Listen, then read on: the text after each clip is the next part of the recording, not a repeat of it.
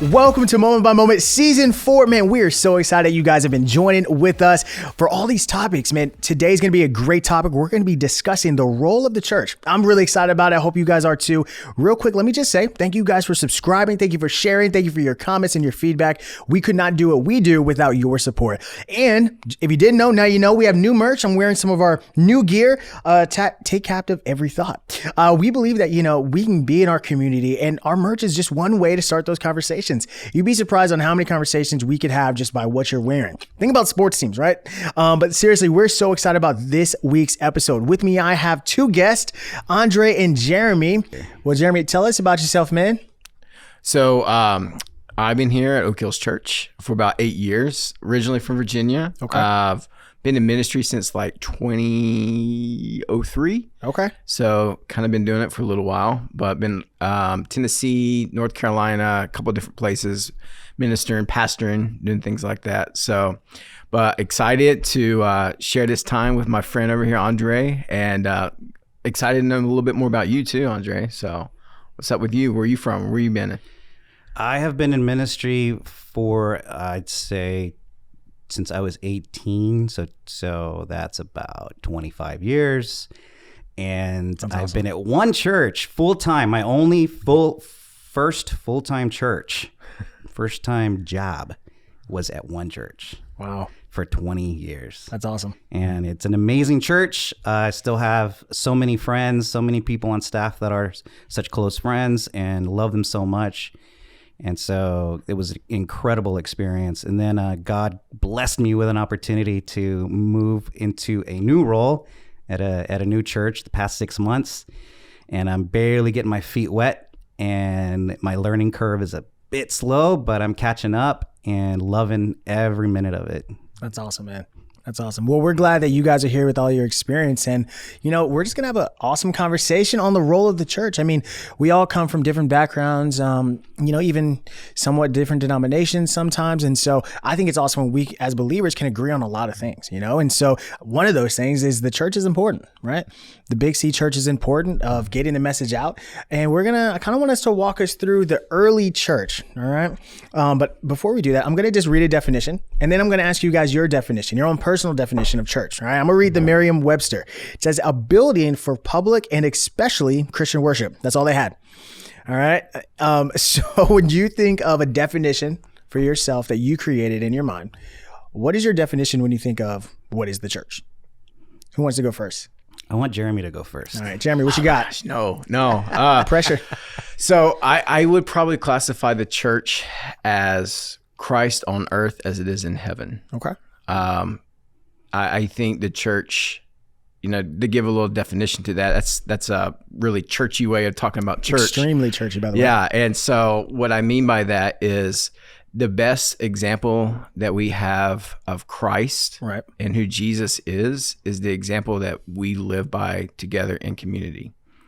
And when we do it right, we make Jesus look like he's awesome. Mm-hmm. When we do it wrong, then we do it wrong. And so I think for me, that puts a lot of pressure on me and community in the body to really help one another, not just me, but the other people. Right. That's a part of that community to be the best we can, to look like Jesus the best way we can. Yeah. So. Okay. And I'm going to get a little bit more technical to connect with what you said. Did you say Christ on earth as it is in heaven? What was the phrase you used? Yeah. Was that it? Yeah. So to connect with that, and us being, Christ being the example for us to follow. Yeah. And if you get technical with it, the Greek word used in the Bible was the ecclesia, which was a political term meaning Jesus's assembly, meaning an assembly of lawmakers. Mm-hmm. And so we are Jesus's assembly. We are the called out ones. We, instead of called into a building, we are called to be the church. Mm. And so to connect with your definition, there's a word that got changed in history whenever the Bible is translated into Latin. And it was a German word meant for building. And it was called Kirche. And at some point, the legend is that somebody realized that and finally adjusted the name to mean the called out ones, that it's not a building, but a body of believers of the assembly of Jesus.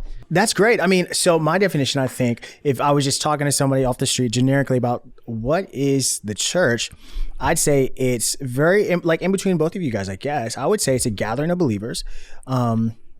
And that I'd probably just leave it there. It's a gathering of believers. That kind of leaves room for a lot of different understandings of, is it worship? Yes. Can it be us in a building? Yes. Is it us as just getting together in a Bible study at somebody's home, sipping some coffee? 100%. Worship in the streets. I mean, I think there's so much freedom when we consider that we are the church. We're called to be the church of Christ, to both of your points. And so knowing that, the role of the church, I think is very important as we consider where our world is going. We think about how morals are changing. We think about how relativity is at an all-time high. Relativity just means that what's true for me is true for me. It's all relative. There is no absolute truth. And so why do I need to go to church? What's the role of the church? And I think, we're kind of in, there have always been bigger churches, right? But I think now that we're in the realm of mega churches, and that's more of a norm, at least in America it is, and definitely in European countries as well. But I think definitely here, I think people have been misunderstanding the word church for building. Can you guys speak to that? Well, I think, if it's okay, I'm going to kind of weave in a little bit of kind of what the church in its infancy kind of saw. Walk us through some of the historicity. Yeah. And so if you look at the Old Testament, that's kind of what we considered was the Jewish Bible, right? For the people who came before Christians, right? You have those commands, you have these instructions. And early on, you see one of the fundamental things that they believed was God created, right? But God created Adam and Eve. And even in that very beginning statement, it says, let us. Mm-hmm. So even in the infancy of creation, you see an example of community within the Godhead. That's a big word, but you see the Father, the Son, and the Holy Spirit. Mm-hmm. And so you see that community already in this God that we serve, this God that we follow, as people who are a part of this thing called church. But you see in the Old Testament, it was very much tent driven, meaning that God wasn't in a building, God was on the move. That was the concept, that God was present, that God was with this community of people that he had chosen to dwell with, to be with. And when you started to see the shift from the tent to the temple is when you start seeing a little bit of the shift of the importance of a building. Right. And I think it did a little bit of, it kind of brought that sense of allness because there was a lot of things that we were engaged in and building a building. So there's a sense of community around that. There's a sense of we all have something to do.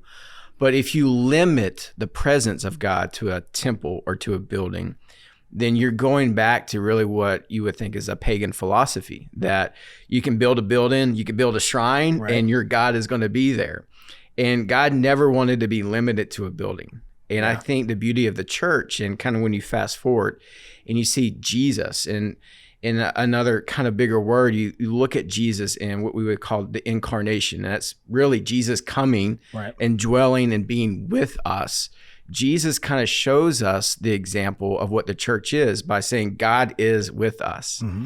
And it's not just God is with us in the sense that God is with us in a place, but what becomes sacred is the people that God is with. That's good. And when God is with people, the place is just, it's a matter of being somewhere together. It could be a building. It could be a coffee shop. It could be online watching something together with a group of people. But the importance of it is Christ with us, God with us. Yeah. And you see that kind of in the early church, the importance of that. And it navigates its way. Because, in the early church, there was things like the synagogue where people would go and learn and teach and gain more knowledge. And that's very important in formation. But a lot of the early church was in houses. Yeah. You look at some of the terms even used in the New Testament, we are the bride of Christ. Yeah. We are the family of God. we are the temple of God, we are the body of Christ. You have these 4 examples that are woven into what the church is. And it really, for me, it helps me understand that church is organic. Right. And if it's not organic, then it will die. And there's an importance to really allowing ourselves to lean into the presence, but also the fact that our God is alive and he's alive with us. I think that's one of the key factors to the church. And that's just a little bit. I mean, there's a lot more than that. And to your point, I mean, I love what you said about the early, before, BC, right? We're discussing when the Israelites were putting their faith into things that the other people groups did, right? So I could think about the Ark of the Covenant, right? So we're on the cusp of beginning Israel's kingship. They were coming out of the Judges time period, right? So right in the middle there is when my boy Samuel was coming onto the scene, right? The people were fighting the Philistines. Philistines had physical idols, right? So their obsession was with their physical gods. They had a bunch of them, right? People of God are like, yo, listen, we just lost this battle. We need our physical representation of our God. We lost this battle because we didn't have it. It wasn't that we lost this battle because we're not seeking his presence. Being that God is with us as people, we can directly talk to him. We need the Ark of the Covenant. We need that physical talisman, that idol. We need him in the battle. So what happens? Boom, the Ark of the Covenant gets taken to prove to the people that it's not about that thing, the church, whatever you put in your hope in that's not Christ. That's why I think it's very important what you said. There is a transitional period between definitely when they were in the tent and then the temple. But I think it's interesting that God has proven time and time again, it's not about a physical object or a temple. His temple was destroyed. God could have been like, no, like this is me. It's never going to get destroyed, right? But we know the temple was destroyed several times over. Different people groups came in. And I think the Ark of the Covenant during this time period when Eli died and Samuel took over, and then Israel walked into kingship. And then we know that the temple was built by Solomon. I think it points to the fact that it is God with us. And he was trying to get the people of Israel to realize it's not about an object that you're putting your faith in. And nowadays, I think it kind of take it to right now, we view the church a lot of times as a physical presence of God in that building. Oh, yeah. And we don't kind of take it with us, right? Yeah. That's why people feel like, I need to go to church, get refueled, right? It's not a bad concept, but when you go to church and you're like, this is the only place I can encounter God, that's when it becomes, I think, a misunderstanding of how God's presence works. And then who we are, to your point, God with us. God is with us wherever we go. Yeah, I love this concept of God with us. When you think about what Jesus' purpose was on this earth, and you read about him doing something radical, like fulfilling the Mosaic covenant, or for fulfilling what the tabernacle's purpose was for. He was starting something new. He was doing away with the 636 commands and laws that the Pharisees and the teachers of the law had back then. And he started something new. And there was one law he gave, the brand new law, to love one another. And just to think about God with us, call it evolving into where now non-Jews were allowed to become part of God with us. Right. And in that moment, the church began. We look in Acts at Cornelius as the first convert, and Peter having such an issue interacting with him, hanging out with him, going into his house. He wasn't allowed to do any of that as a Jew. Right. And he was hiding it from his Jewish friends. And how Paul came and rebuked him and told him, what are you doing? Are you going to help or not? Are you going to help us push this movement forward, this new movement of loving one another, where Jesus fulfilled all of what was of the tabernacle? And I find the whole evolution of God with us continuing in the history of the church. Yeah. I mean, and so knowing that, going back to the basics again, right? So we talked about the early formation in a good overview, Jeremy. Thank you for that. Let's talk about the original purpose of the church. Yeah. Because that will determine where we are now. So when you think about the original purpose of the church, whoever wants to answer, what comes to mind? You think about his call to spread the good news of the resurrected Christ, right? To the Great Commission, to go to all nations, baptizing in the name of the Father, the Son, and Holy Spirit. That verse that we've read many times before, and how that spread, how when the Holy Spirit came and dwelt it within us at Pentecost, from then on, how without, and we'll get into this later maybe, but without the actual Bible in existence, Christianity spread over 400 years of time, and how it was incredible for the Great Commission to kick off and watch it completely spread across the world up to today, where it just continues to spread. Yeah, I think, some of the key characteristics kind of piggybacking off of that you see in the early, this movement, really, it's a movement. Yeah. And I think some of the things that you see in this movement is you saw a group of people that were pretty inclusive in Judaism, right? It was the Jews. They would often call anyone who wasn't a Jew but wanted to follow God, they would call them God-fearers. So there was precedents to where there were other people involved in this group of people, but it was very, us-centered almost a little bit.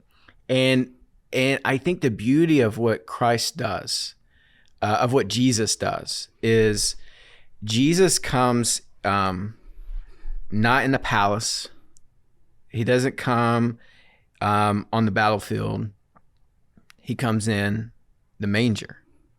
And the beauty of that is not only does he come in the manger, but he comes in this lowly position as a baby. I mean, the creator of the universe sets this example. And it's almost like intentionally God lowers the bar for acceptance.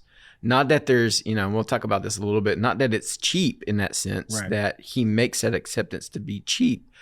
But what he does is you start seeing that in the Gospels as he starts interacting and he starts, talking to people, the Samaritans, the prostitutes, the people who are the least of these, right? You see that beauty. And one of the things that's really unique about Christianity in the early stages is it did things that no one else did. It was this place where it would do things like, oh, let's go feed, orphans. Let's go take in widows. Let's take care of widows. A lot of that, you'll see that if you read the story, especially in Acts. They were doing things no one else in the world were doing. They were taking care of people. They were loving on people, like you said. But the reason why they were loving on people, what compelled them to do that was what you were saying, the good news, the gospel. They had met a redeemer, and his name was Jesus. And he told them, you can tear this temple down, and in 3 days, it will be resurrected. And one of the most fantastical claims that Christianity has is the resurrection of Jesus. You had, in the Roman world, they were like, why in the world would you want to come back? Like, why do you want to come back and fight all these gods against? In Christian world, there was a dichotomy there. You had a group of people that were like, oh yeah, we believe in the resurrection. You have another group like, no, there's no such thing as that. When you're dead, you're dead. And so there was a lot of divergent thoughts there early on. And so you have this richness. And it wasn't that they just knew that he had resurrected and he had made a promise that we would be a part of that. It was the fact that there was no more condemnation. There was nothing left to separate us from the love of Christ. There was nothing left to separate us from the indwelling presence of God. That on the day of Pentecost, that God himself would indwell us, would be with us and help us. That's no other claim. There's no other group. There's no other organization that makes a claim like that. That there is a God who lives inside of you, who not only is going to make goodwill for you, but actually comes in and transforms every area of your life, mental health, physical, whatever it may be. He's there. Even when you're low, he's there. Even when you're high, he's there. And the beauty of that is he does that in community. And we get to share that together as the church. And we get to really build one another up. And that's kind of the essence of what was happening in the early church. And I think even in the church today, I mean, we kind of have that like mystique that we think they got it right in the early church. And really, when you read a lot of the church letters, they were getting a lot of things wrong. I mean, they were early formation, right? They're learning. Yeah, they're trying to figure learning. this out. They're like, listen, it's interesting, right? So at the early church, they are getting people who also are false prophets that are saying, listen, I got the answers. And so it's addressed. And so, they were so early on that they were taking a lot of information from a lot of people. They're like, listen, we got you, Peter. We got you, Paul. We got you, Timothy. We hear you guys. But there's another guy, man, and he's spitting with some fire. Like he has something about him that we're listening to now. And they're like, it's not with, fancy speech. I mean, there's so much that they address it, and it's so interesting because it all applies today. So the early church was plagued with false teachers, people trying to just talk for power, for money, all these things. And then today we have people that are doing the same things. And, people are like, oh, well, this is new. There's nothing new under the sun. We know that. We understand that. The early church faced a lot of, it's interesting also, the church spread because of persecution. So it's interesting that we find ourselves at a time where it almost feels like Christianity may face some hostility in the near future. We know that it happens overseas, right? So, but in America, we're not facing like physical abuse. We might be on the cusp of that in maybe like 20, 30 years. I don't know. Yeah. But it's interesting that it's not new. Some people feel like, man, this is an age we haven't seen before. It's like, no, the early church faced persecution, and that's how it spread to Asia. That's how it spread all over the world to Africa. And so when you think about the role of the church, and you guys, I love you guys' answers. We're meant to spread the Great Commission, to your point, Andre. And then Jeremy, you're saying we're meant to love on the widows. We're meant to love on our community. All of that is action steps. The church is almost like a verb, is the way I see it. It's not a standstill like noun. And that's why I'm opposed to the church being viewed as just a building. That building isn't going to save you. That building is not going to feed anybody. That building is not going to do anything for you. The church is meant to be an action step. We're meant to go, tell people, love people. And it's not just to tell people, hey, listen, don't be hungry, and go and be on your way. He talks about that too. It's like, no, like go feed that person, clothe that person. Don't just say it. And so as we think about the church today, right? What is, I don't want to talk only negatives. What is one thing that you love about the church? Well, I have a story, if that's okay. I'm sorry. So several years back, tornadoes, which still happen today, but there was this year where it seemed like tornadoes just went all the way across the country and were just taking out everything. Yeah. So I led a team to Tuscaloosa, to Alabama, because there was a big tornado came through, wiped out, just a whole neighborhood, a whole community. Wow. And I remember, we started at one church and the building was there, they were doing everything, organizing all this, and there was just something not right. It just, they were sending us to places, and come to find out we were going to basically clean up places that had already been condemned to help out with, basically another organization basically doing their work for them. And it didn't feel like we were helping people.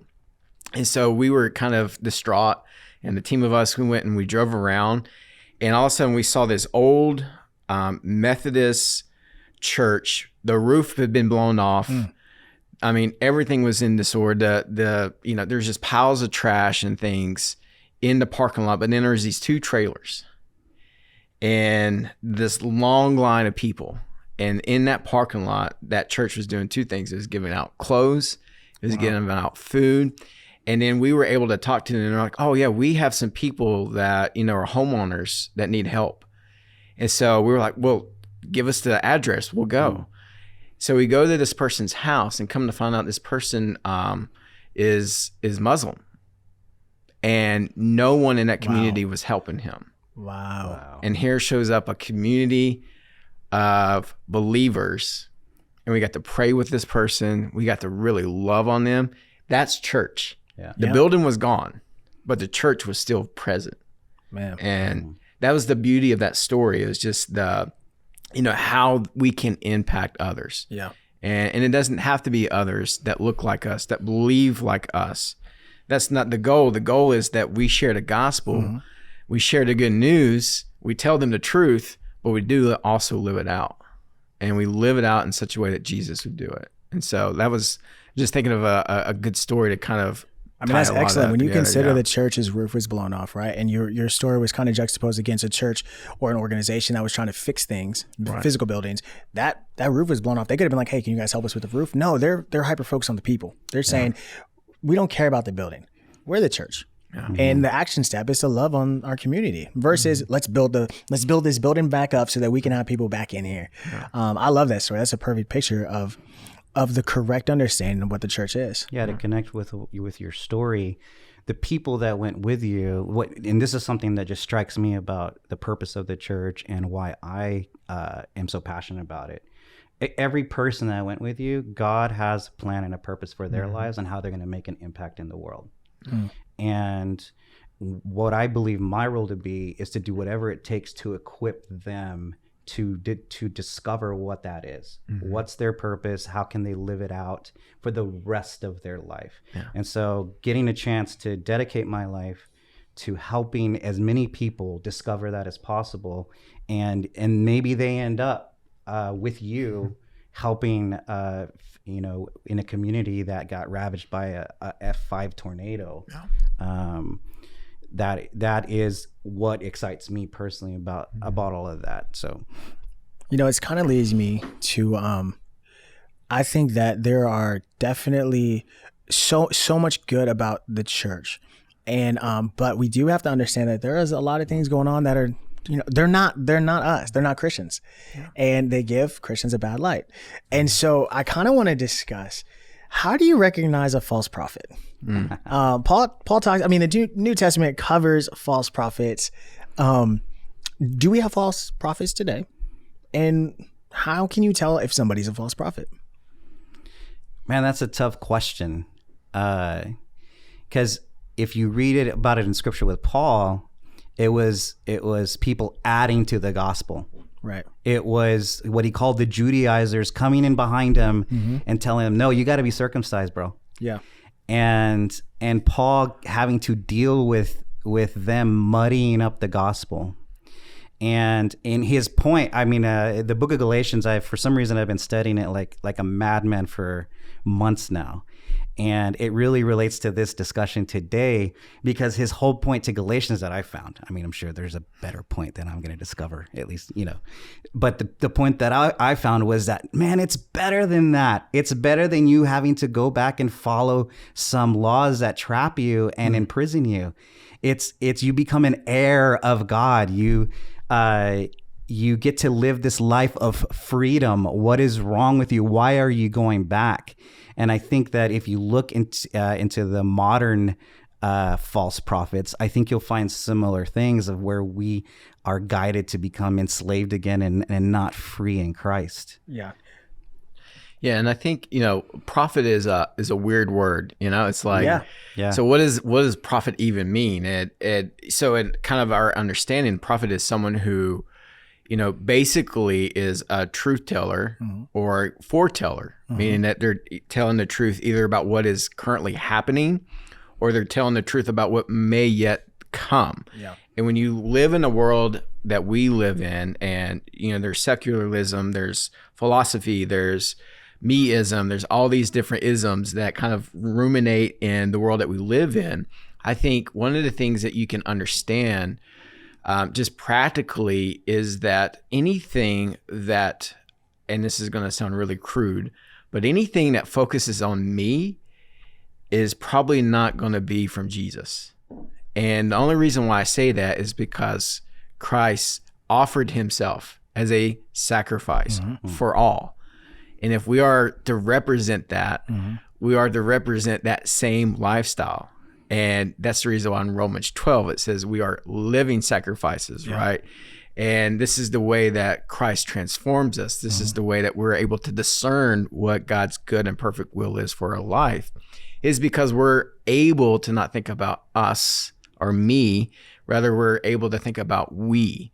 And I think the beauty of that is it helps us to understand, I'll take, my kids for an example, right? So funny, we need some funniness. And, you think about your kids, or you think about them, and, we got from vacation, and it's just this gorgeous thing. And all you can do is just look around, and imagine the beauty of your surroundings, and you look down and you're like, okay, do you see this? This is just wonderful. This is amazing. And they're like, hey, what about my free time? And you're like, your free time? Like what like, we, you know, and free time is I want to get on my iPad, you know? And I'm like, whoa. I'm like, no, you need to focus on the beauty of this.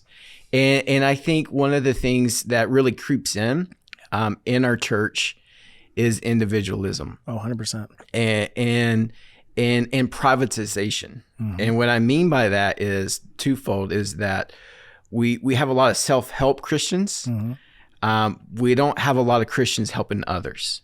And that's on us. That's Nietzsche's like, hey man, when your songs start actually coming out into a practice, then maybe I'll actually follow your Redeemer. That's what Nietzsche said, and there's a ton of other people that have said stuff like that. But I think the beauty of helping us understand also the privatization that we think it's, that's that my own truth, and I can follow Jesus my own way. I don't need to be a part of a body. I don't need to be in a church.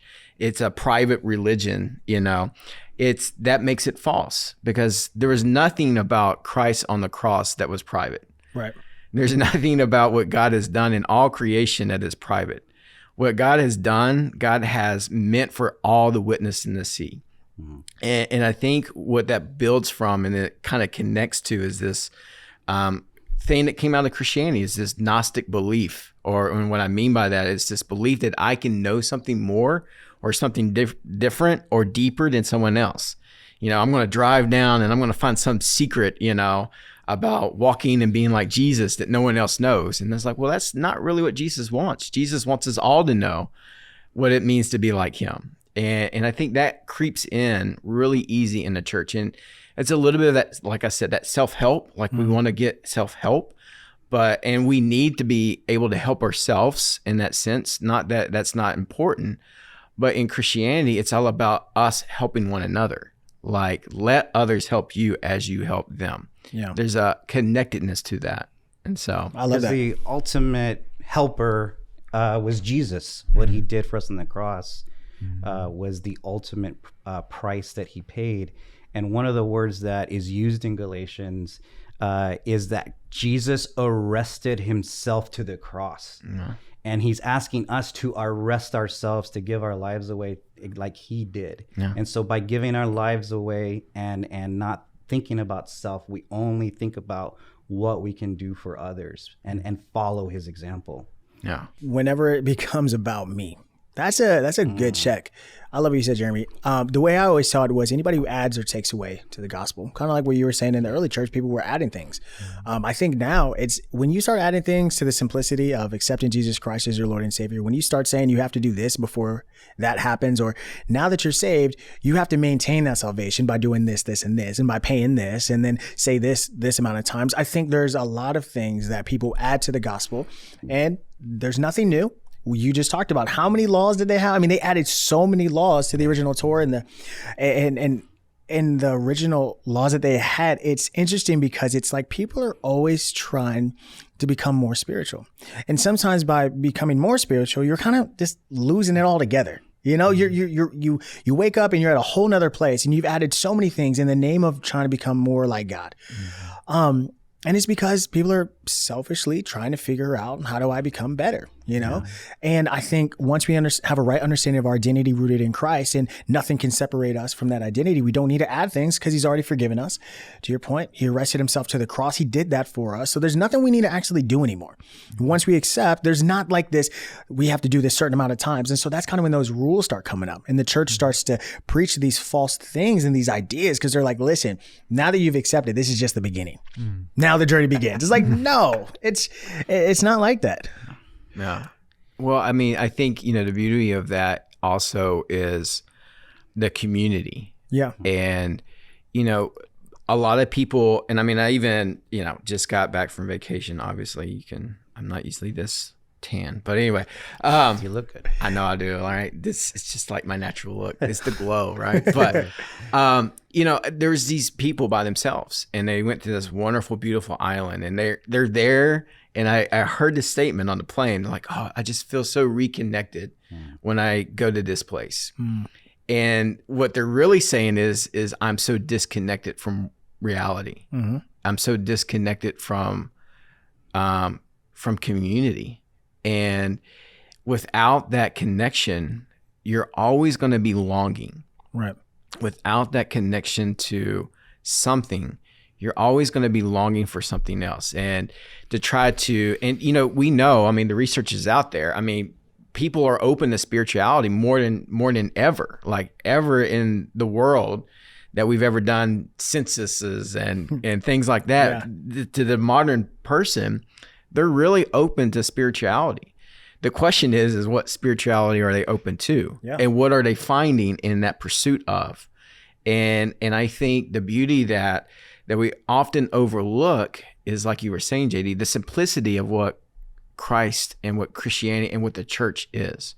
We complicate it. We love programs. Mm-hmm. We love things that really, help build buildings. We love that kind of thing. But the reality is it's all about relationship.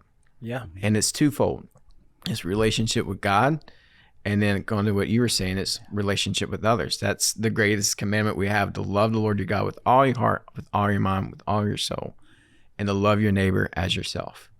And I mean, that's about as simplistic as you can get. It really is. Yeah. And I mean, just to leave it with this, like, it's an action step. The church is it's us doing things. It's not us sitting back and just like that's the end all be all. The church is an active organism. It's us loving our community. It's us when we're together, leaning on each other, confessing sins, doing life together. I need this, helping people out, praying for one another. The early church is a great example. But I also don't think we need to just look back on the good old days, right? And be like, man, we'll never get there again. I think we have to feel like it's an attainable thing for us to live in that manner of loving one another again, caring for one another again. I don't think we have to look at it as like the golden years. I think we can still attain and try to reach for that currently today. Oftentimes, I feel like, especially even for me, but we notice that people are always do whatever it takes to avoid suffering. They are coping in whatever way possible. Yeah. They're escaping, like you were talking about. They are thinking about themselves, like you were talking about, and they get lost and isolated in this cycle of only thinking about themselves. And the answer ends up being community. Whenever you're held accountable, and you were talking a little bit about that, whenever you are out in community with others and you are helping others and you're living out your purpose, that's when you become free, not when you're trying to avoid the suffering, which is what our American culture guides us to do every day. We've built our lives around trying to avoid suffering, especially here in San Antonio, where it's 115 degrees. We're here in a nice room with AC. We are avoiding suffering, and that's how our society has designed it all. Yeah. I mean, I think this is a great discussion. I mean, the purpose and design of the church hasn't changed. It's not anything new that we need to rediscover. It's always been there. Jesus set the foundation and the understanding, and it's just, we can't make too much of a building. Even to the Israelites' point. I mean, they showed and proved that it's not about a building. It's not about an object. It's not about having, the biggest building. Now, hear me. We're not anti big churches. I think the more people you can reach, the better, like 100%. So it's not that we're against buildings or big churches or anything like that. It's just the action steps behind it they just have to be there. You have to love on your community. We just have to maintain that heart for the church and remember that we're the church. When we leave, we still got Jesus with us. That's the beauty of it. You don't have to go to the church and then do a secret handshake and pay a certain amount and then like you're in there. It's us. The Spirit is with us. To your point, the Spirit is our helper. I think all those things just have to be remembered in the context. And then, of course, go to those awesome churches, those mega churches that are reaching millions of people. Like, I love that. There's nothing that I have against that. And I don't think you guys do either. And so I just want the wrap up to be that we love the church. We want the church to thrive. We want people to have a right understanding that it's not about a building.